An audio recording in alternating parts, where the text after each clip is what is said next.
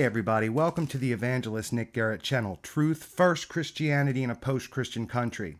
Today I just want to share a little bit about what an ecumenical council is and what a synod is.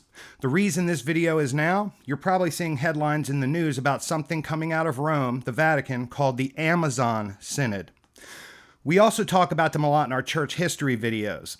The reason we focus mainly on 7 ecumenical councils, Nicaea, First Constantinople, Ephesus, Chalcedon, Second Nicaea, Second Constantinople, is because those are the 7 that are generally universally agreed upon, regardless of the denomination you belong to.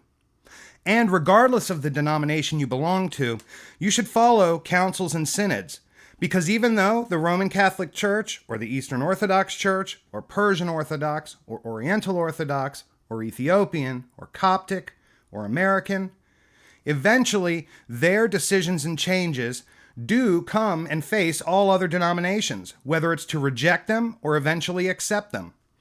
Now, a synod is regional. It doesn't affect doctrine that's going to impact the entire church directly. Maybe indirectly, other synods will come along, look at what a synod does and decide to adopt them, but in its initial act, it only affects the region that it's from. Right now, the Amazon Synod is going on, and it affects the Catholic Church in South America, particularly the desire to convert those that come from traditionally pagan or other traditional beliefs.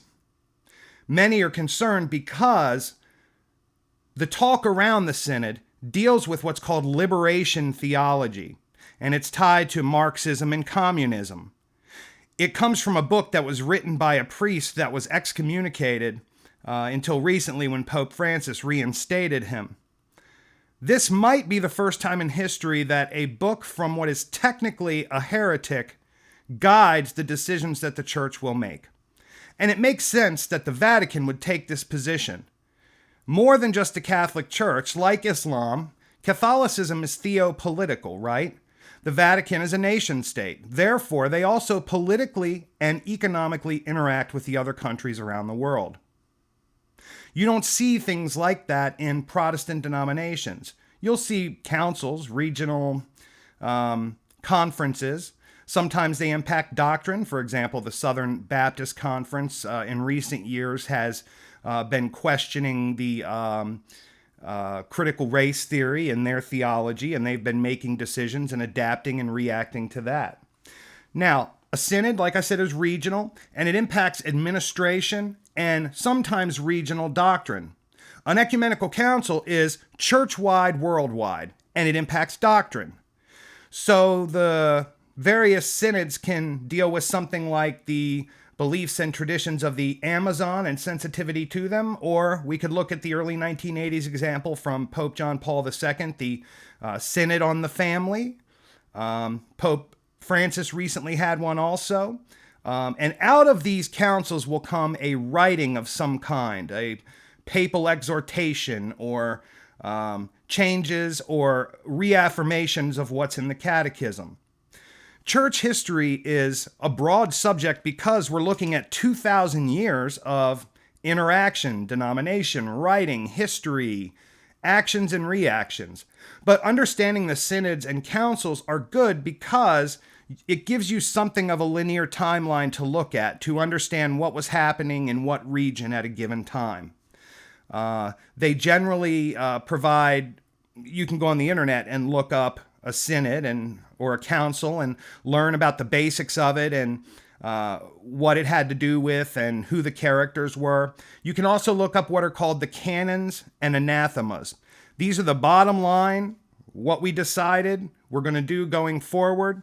They're essentially, whereas we're going to do this from now on, whereas priests are going to do this from now on, whereas the doctrine says blah.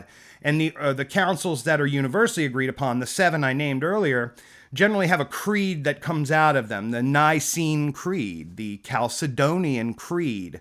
And these creeds affirm or reaffirm the faith for the Christians that were there deciding it. Some things that get missed in details, for example, the First Council of Nicaea. 1,800 invitations went out. You only had participation from about 280 bishops. So therefore, you had a small group of people making decisions for the whole church when a lot did not come. There was still fear of persecutions. Some did not want to unify with the Roman Empire at that time. Anyway, you'll notice, and this is why I wanted to share about councils and synods today.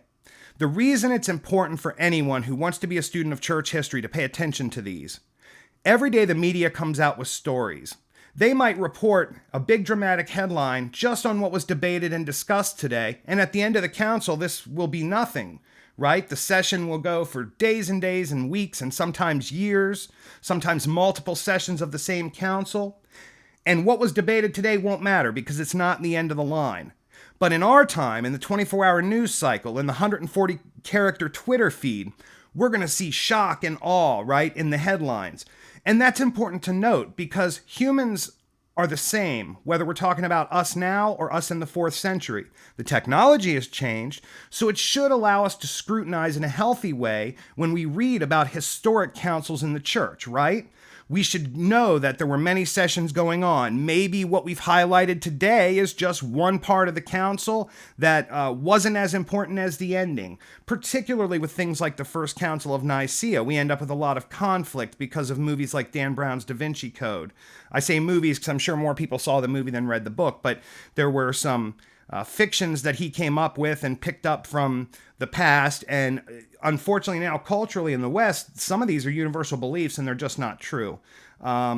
Anyway, I hope you have a good day and I look forward to talking to you on the next video.